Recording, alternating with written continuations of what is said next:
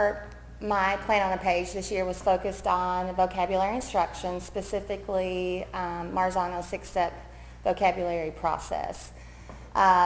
Did a lot of professional learning last semester, gave some planning tools to my teachers to support them in this process. Struggled a bit with the data collection piece on how I was going to do that. I didn't want to ask my teachers to assess more, but I really wanted this vocabulary piece to have a direct effect on summative assessments. So what we're seeing here is the red is when I go in to do a walkthrough, do I see evidence of vocabulary instruction? So that has significantly decreased throughout the year. I have Unit 4 for March. That is not Unit 4, that's Unit 5. That's a typo. I noticed it when I switched it over to Tommy.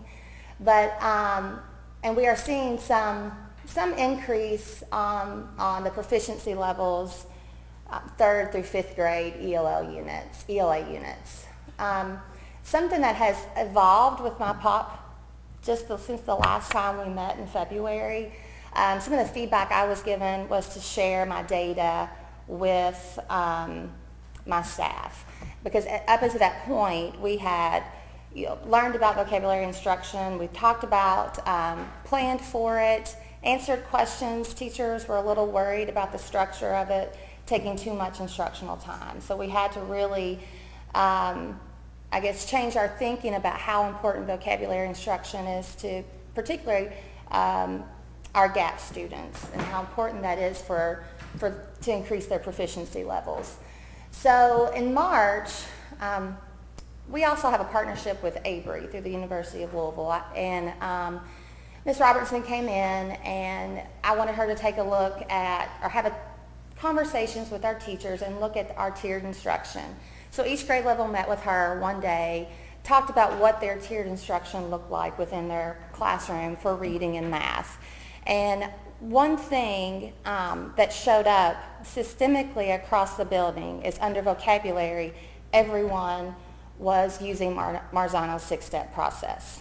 So that was huge. I wasn't in the building that day. I had her come in, use my office, meet with the teachers. I told the teachers to be completely honest about what you're doing. For the past year, we've worked on balanced literacy, and we've really focused on vocabulary instruction. So that was huge. That enabled us to go ahead and put together our tiered instruction solid for Wright, and under vocabulary, it's Marzano's 6-step process. I was real excited about that. Something else that has evolved is Mr. Morris and Mrs. Siegel have really owned this process as well, and this POP. And teachers are asking me, are we going to focus on vocabulary next year? What's the POP going to look like next year? So it's become something that's part of what we do now. It's showing up not only in data teams, not only in, obviously during our research for what does it look like, what does core instruction look like at Wright, but they're asking me. I was working with a teacher yesterday, and something popped up about vocabulary, an email popped up about a vocabulary webinar. She pointed to it and said, oh, and I said, I'll send that out. But before I could do that, Mrs. Siegel had already sent it out. So it's kind of like they're ripping this ownership from my hands. But I think that that's a good thing, because their focus has become so focused on vocabulary instruction. And so last month I shared this data. This month I'll share this data as well. And I'm still collecting assessment data from this last unit, so that they're wrapping up now. So I just think the biggest effect it's had a huge effect on the teachers, our core instruction, what it looks like, and just that ownership piece. It started out as mine, but now it's like the building is owning it as well. So. Very good.